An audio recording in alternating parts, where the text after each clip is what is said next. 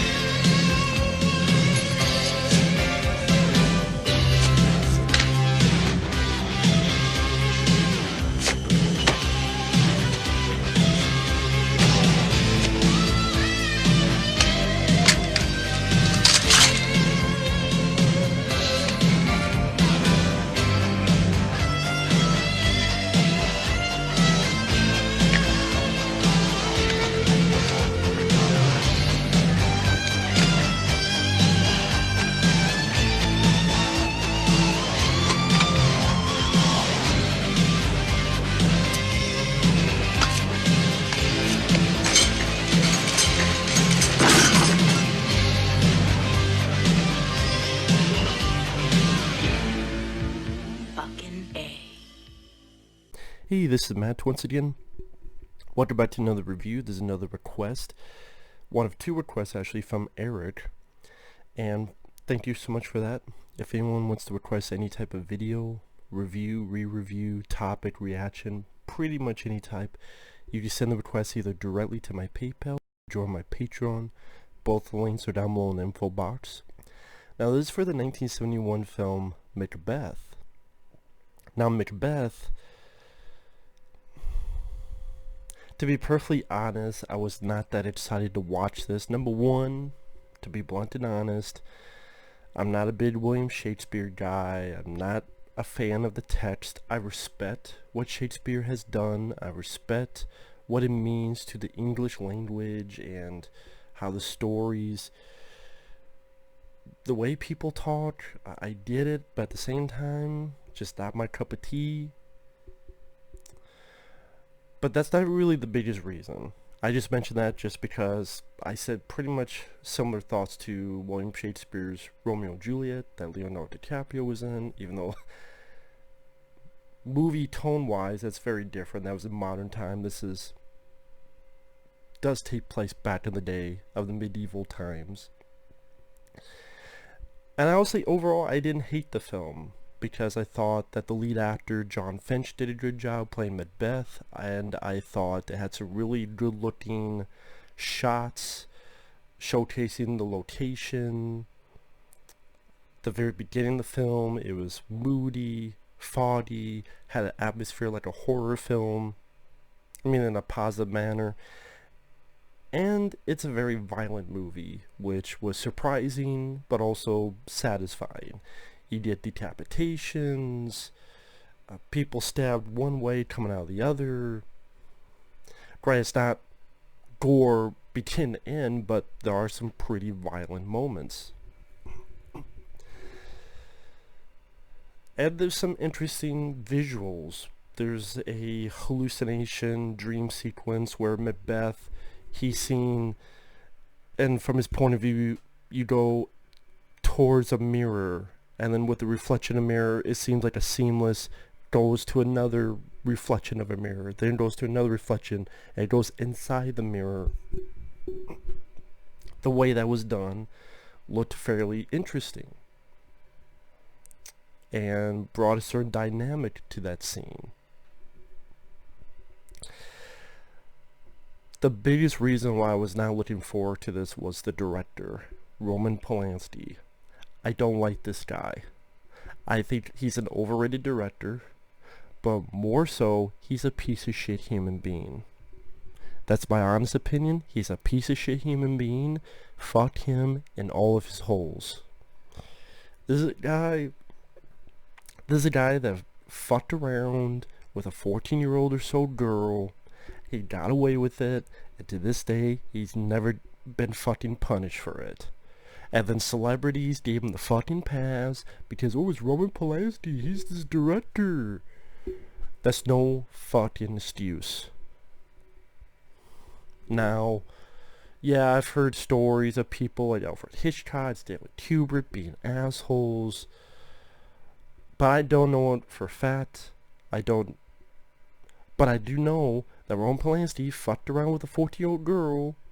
Plenty of people, plenty of things, including the law. He got away with it. Why the fuck do you think he ran away and lived in fucking Europe and wherever the fuck for most of his life? The only time he's in movies is stuff like Rush Hour 3, where he's like, okay, I'll be in it. And actually, I'm going to, instead of exposure, go here for frame rate. But yeah, why do you think he did that? Because he's scared. He's scared of going to jail. He's scared of getting fucked over, or maybe getting fucked in prison. Maybe he deserves that. So this piece of shit fucking gets away with it scot-free, and so many celebrities stick up for him just because he's Roman fucking Polanski. Oh, it's okay. Okay, what if it was your 14-year-old girl? What if it was your 14-year-old daughter, and he had some old fuck playing around with her, molesting her? Guess you'd be happy with that too? It just... And then one of the things that pissed me off is that he gets away with that shit. But, oh, Wesley Snipes, tax evasion, he gets 2-3 years in prison. And that's not excusing Wesley Snipes. You do the crime, you do the time. People gotta pay taxes. I'm just saying it's fucking crazy to me that Wesley Snipes has spent more time in prison for taxes than Victor Salva, who did Jeepers Creepers, which that's one of the requests this month. Oh joy, that's gonna be so much fun to talk about a pedophile's wet dream. And then this fuck. So fuck Roman Polanski. It really almost makes me now want to say a fucking good thing about the film because it's directed by a fucking creep. But if I have to be honest, I gotta be honest. This was not a bad film. At least, unlike Victor Salva, this doesn't have any fucking pedophile wet dreams in it, like Victor Salva's Jeepers Creepers films, where the fucking creeper's sniffing someone's underwear, another boy's underwear. Or Jeepers Creepers 2, where he's eye-fucking the camera by going over shirtless after shirtless after shirtless guys sunbathing on a fucking school bus. This pedophile is just ogling countless shirtless men sunbathing on a school bus. We're not going to think of anything of that. But Roman Polanski, he's a fuck. Fuck him. I don't give a fuck about his movies. I think most of them are, like I said, are overrated as hell anyway. I'm sorry, I'll take John Carpenter, I'll take Wes Craven, I'll take George Romero, I'll take David Cronenberg, I'll take Steven Spielberg, I'll take even Steven Spielberg, I'll take Peter Hyams, I'll take Walter Hill, I'll take plenty of other directors, Ridley Scott, Tony Scott, Larry Cohen, and the list goes on, over Roman fucking Polanski. That's just me, though.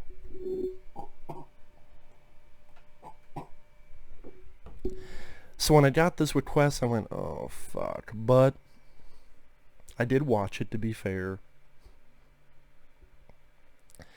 And to be fair, if you're into the text, you're into the story of Macbeth, it wasn't that bad of a film. It's a bit long. It did not need to be 2 hours and 20 minutes long.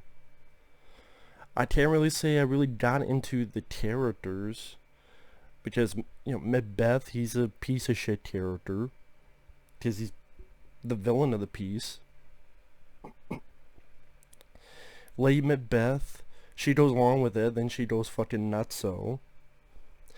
The other characters, I don't really get much of. Like, there's this character named Macduff.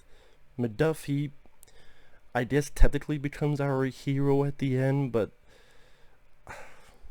I didn't really get much of a feel of his character. It seemed like he pops up a couple times, and then his family gets killed, and then he's one of our main guys at the end. Like I said before, the violence, a lot more violent than I thought it would be. The beginning's this battlefield, and there's this guy after this battle lying there, and the guy wonders if the other guy's dead, so he kicks him, and the guy's moving. So he takes, I think it's a morning star, the stick with the mace at the end of a chain. He hits the bat, and you see the bat getting bloodier and bloodier through the shirt. I thought that looked like, ew. That was a nice reaction from the viewer, aka me. Like I said, there's a little bit of horror element, because you have these 3 witches, and one of them's blind, and the makeup isn't too bad. And you talk about how Macbeth will be teen one day. Jon Finch, who plays him, not that bad of an actor. Macbeth is a guy that you see a bit of a fear of him, where he gets paranoid or he gets afraid of certain things, but at the same time this whole idea that maybe he'll be teen, he does desire it. And despite the old school Shakespeare text, there are lines that work. Let not light see my black and deep desires. And then, like I said, there's interesting moments, interesting shots. Like he visualizes a dagger floating in front of him, which will lead to him killing the teen. And you stab him in the chest, stab him in the neck. Like I said, pretty violent stuff. He becomes the new king of Scotland.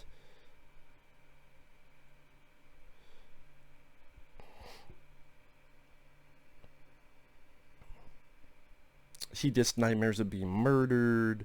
He gets more paranoid. He sees hallucinations. There's one guy that gets killed. He sees him as a ghost in a banquet. And you do see how he did a bit more and more crazy. He did a bit more and more out of it. And then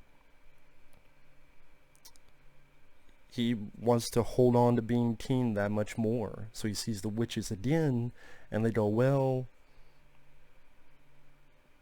Macduff will kill you. So he's like, fuck that. So he sends his army to kill any lineage, man, woman, or child. Of course, I don't know why you would not want to kill the actual Macduff. Because you go, well, yeah, he ran off, but kill all of his wives, kills all of his kids. Don't you think that would piss him off, then want to kill you, thus the prophecy would be fulfilled? So technically, if you left him the fuck alone and didn't do anything, you probably would have been alive. But because of your paranoia, because you found out you were going to die, that led to you getting killed by the end. But then also made me think, well, wait a minute. If you're worried about a Macduff killing you, why don't you get the actual Macduff? You know he's out there. But then when the lineage is killed, you think you're some invincible guy. Because the witch said something to the fact of, if a man who's born from a woman, the only one who could kill you is a man who wasn't born from a woman. And you're like, what the fuck does that mean? Damn.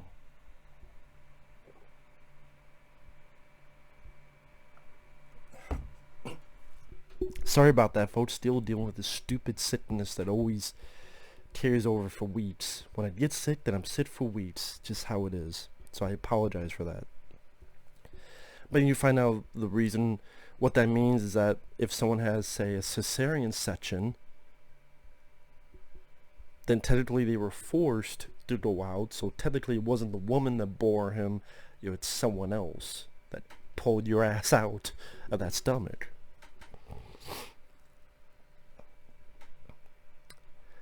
And yes, I think the film is too long. 2 hours and 20 minutes. I think this could have been told in less than 2 hours. I do think portions in the middle, it kind of just a stalemate. Kind of just a dead fish flopping there. And you're just waiting for the next thing to fall, for the next thing I didn't really get the transition of Lady Macbeth from sort of this normal but also power hungry lady like Jon Finch's character who will help him kill people, or at least get him drugged so that Jon Finch or someone can kill him. The whole transition from her being that to them being loopy and crazy, I thought maybe they don't have her have some type of hallucinations or some type of dreams or some type of nightmares and what led her to being crazy, but I didn't really see that. You think with all the other time spent on just nothing in the middle, you could put more time than that, but whatever. There's some, like I said, some good looking shots.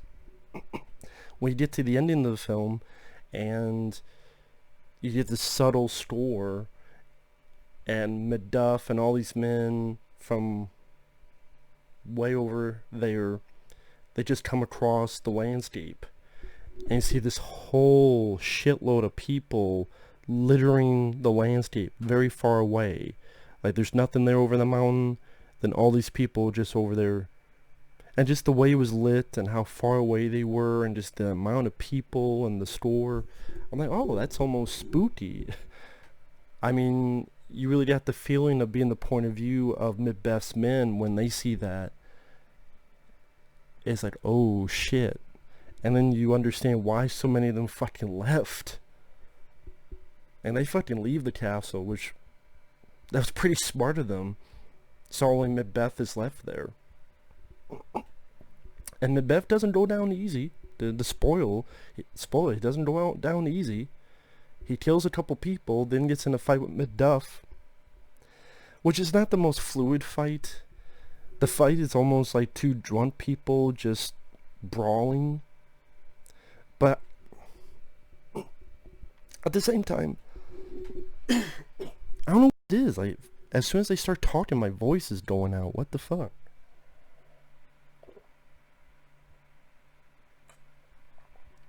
Maybe it's the Polanski curse. Because I cursed his name. He's cursing my fucking throat. Well, fuck you, Roman Polanski. I still curse your name. Piss on it.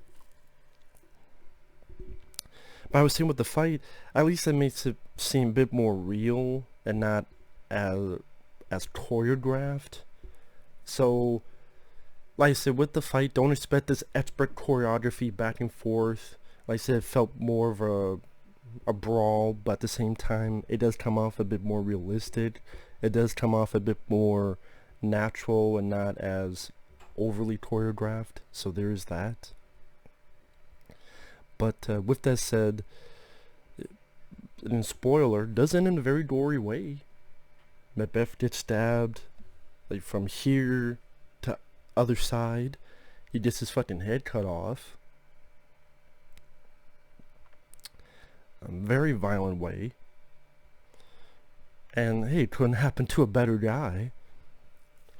So yeah, if you like the text of Macbeth, if you can handle the fact that Roman fucking Polanski directs it, like I said, it's violent, it's well shot, there's some really good looking visuals, sometimes the score is subtle and it fits with the tone of the film. The tone felt consistent, there wasn't anything that out of blue comedic or goofy or silly that breaks that tone. Like I said, there was no reason for this to be 2 hours and 20 minutes. You could take chunks of this movie out and you still get the same plot, you still get the same story, you still get the same desired effect.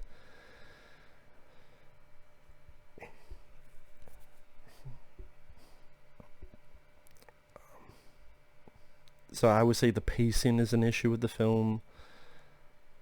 If this was directed not by Roman Polanski but by some random person, let's say John Shore, just made that name up, that would go, you know what, it's not a bad film, just fits on the pacing, fits on the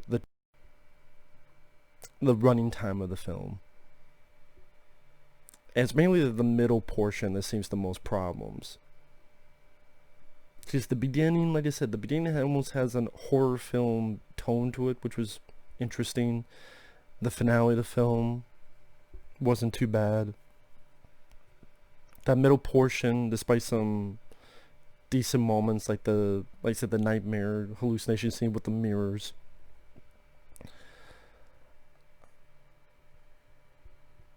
The fact is Roman Polanski, I just hate his ass. I mean, I hate his ass personally. I don't think he's the teen shit of directors. I really don't. And I have no respect for him. You know, I would not piss on him if he was on fire. So with that said, take that for what you will. Thanks for watching. Take care. We'll see you guys later. Bye-bye.